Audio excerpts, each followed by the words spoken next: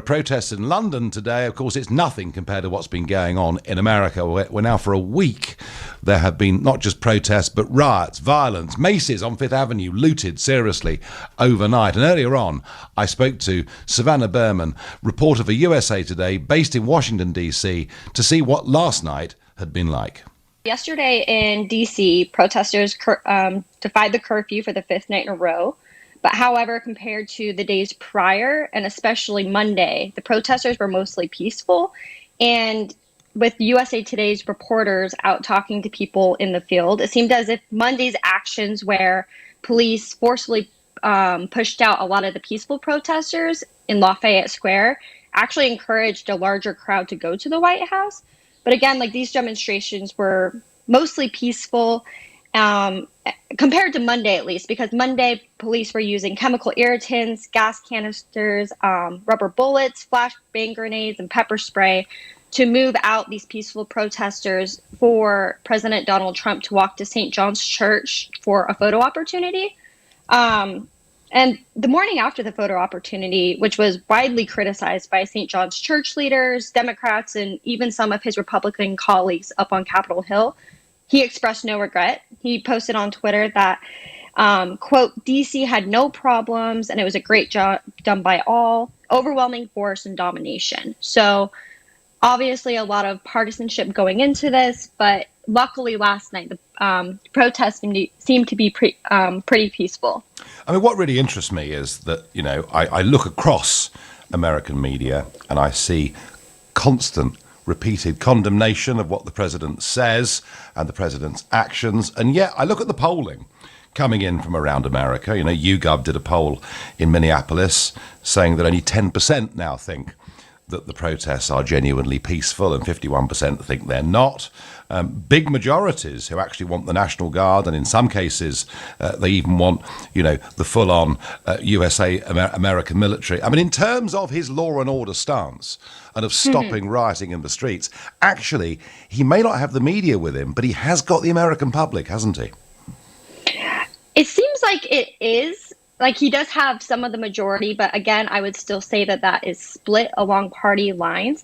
And Washington, D.C. is kind of an anomaly compared to other states, because that is the only place in the United States where he could really call in the National Guard like that without calling up acts. So in terms of polling, I would say that it's definitely split down party lines. And if you look at polling compared to in terms of politics in 2020, Biden, who's the presumptive Democratic nominee, leads Trump now 53-43, according to a new ABC and Washington Post poll. And that's come since the protests have started. So I definitely think that a large majority of the American populace is very split. But it does want law and order. And we've not seen riots like this for what? It must be 50 years? Yeah, since the 1960s. And is there any sign of this ending soon, or are the organisers of these demonstrations intending to continue?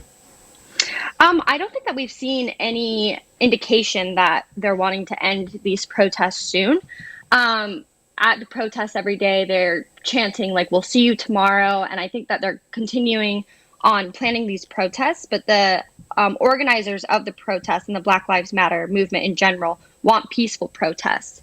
So yesterday, for example, there was a protester who stood on top of a street sign and pulled it off. And we could see in real time protesters booing at him and saying, no, we want peaceful protests. You're muddying the message of our protest.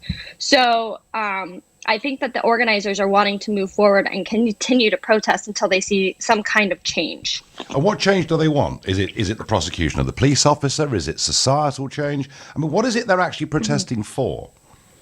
I think that they want the arrest of the other 3 police officers who were involved. I also think that they're wanting Congress to do something, whether it's to end the militarization of police officers, whether it's having more regulatory stances around police departments. A lot of the police officers that have been getting in trouble during the protests didn't have their body cameras on. And so I think that they're wanting them to be held and set to a higher standard. And for example, with Joe Biden, after Monday's actions and Trump's speech, some of the things that he was calling on was he was calling on expansions to Obamacare and was just talking about the racial disparity within the African American community in general. So I think a lot of people are wanting there to be policy changes to address those issues.